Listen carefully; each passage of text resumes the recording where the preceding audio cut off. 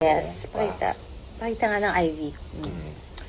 So, Ang bago. Dr. IV nakakaidami ka na sa akin Hindi pa naman mahirap ayusin ng mga bagay-bagay, pero dahil mahal kita at dahil mahal ko din talaga to, I'm not paid for this, but guys, look at this. It's not cushion powder. It's cushion powder for your scalp. Because you know, when you're 40 years old, minsan, yung anit mo, naninipis na. And pag naninipis yung anit mo, pag nabasa ka ng ulan, yung 10 strands, nagiging 3 strands. So you have to have, what do you call that? Klabebe on your klabebs.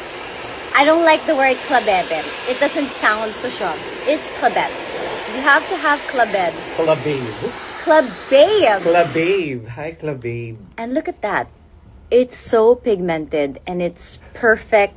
Isample na naman natin yan. Papakitaan kita ng magic Siyempre, magaling lang ako sa harap.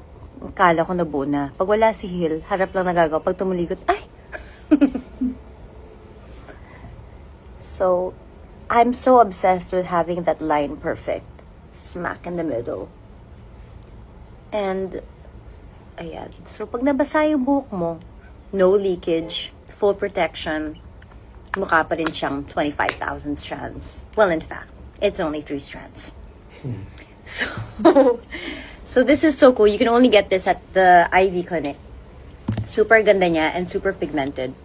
They sell a lot of like different brands, but for me, ito yung pinakamaganda because for some reason, nangangatay yung anit ko sa iba.